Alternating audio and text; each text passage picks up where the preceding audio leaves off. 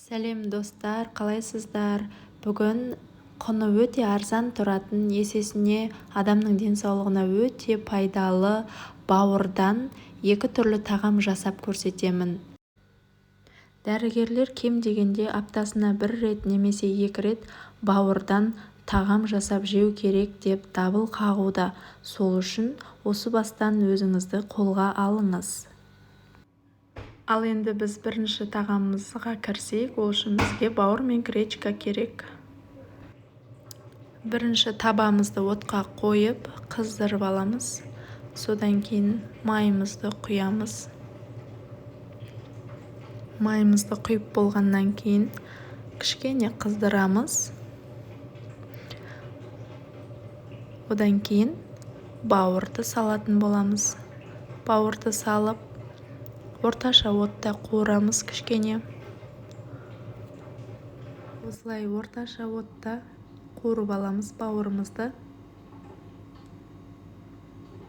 Дәміне қарай тұз салыңыздар. Кішкене бұрыш салып жіберсеңіздер де болады. Енді осы бауырды демдеу үшін кішкене су құятын боламыз. Суымыз кішкене қайнай бастағаннан астын пәсетіп қойып, осылай үстін жауып, 15-20 минутқа дайын болғанша жай отта демдеп қоямыз.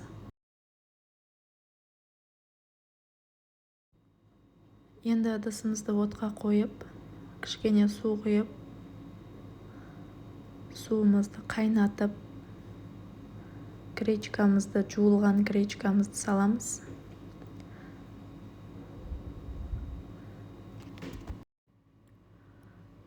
Дәміне қарай тұз саламыз. Гречкамыз езілмей пісу үшін сіздерге бір лайфхак: бір қайнатып, бетін жауып, жарты сағатқа демдеп қойсаңыздар, бүп-бүтін болып шашылып пісетін болады. Егер күтуге уақытым жоқ десеңіздер, дайын болғанша қайнатып пісіре береміз.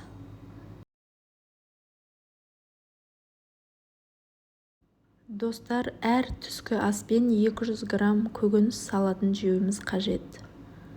Міне біздің бірінші тағамымыз дайын болды. Өте керемет, әп-сәтте дайын болды, әрі өте пайдалы. Біз енді екінші тағамымызды жасауға кірісейік. Ол үшін сәбіз бен картопты алдын ала қайнатып аламыз. Мен картоп есімнен шығып кетіпті, кейін қосып қайнатып алдым. Біз бауырдың сыртындағы мынадай жұқа қабықшасын алып тастаймыз. Сосын бауырды турап, піскен сәбізімізді турап, мынадай блендерден жақсылап, майдалап өткізіп аламыз. Дағыны бір дана чеснок қосамыз. Сосын кішкене жарты чайный ложка кориандр ұнтағын қосамыз.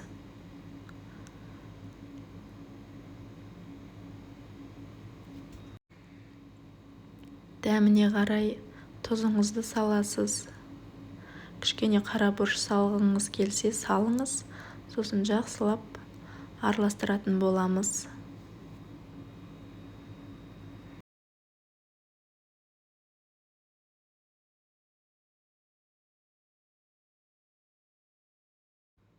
Содан соң бізге мынадай күріштің ұны қажет болады. Осыдан бір үлкен қасық қосамыз. Бір үлкен қасықты жайлап қосып,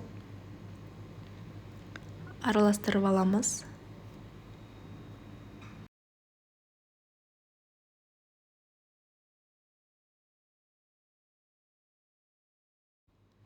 Жақсылап араластырып болғаннан кейін 1-2 минутқа кішкене қойып қоямыз дағыны. Табамызды отқа қойып, кішкене қыздырып, майымызды құя бастаймыз. Кішкене, көп емес, әшейін кішкене құйып. Салған кезде жұқалау қылып салыңыздар. Екі шетін осылай кезек-кезек пісіріп аламыз.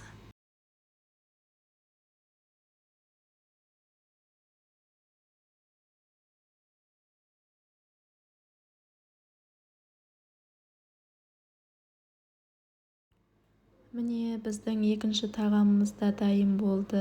Жаңағы қайнатып дайындаған картобымызды қабығын ашып осылай шетіне қойып қоятын боламыз.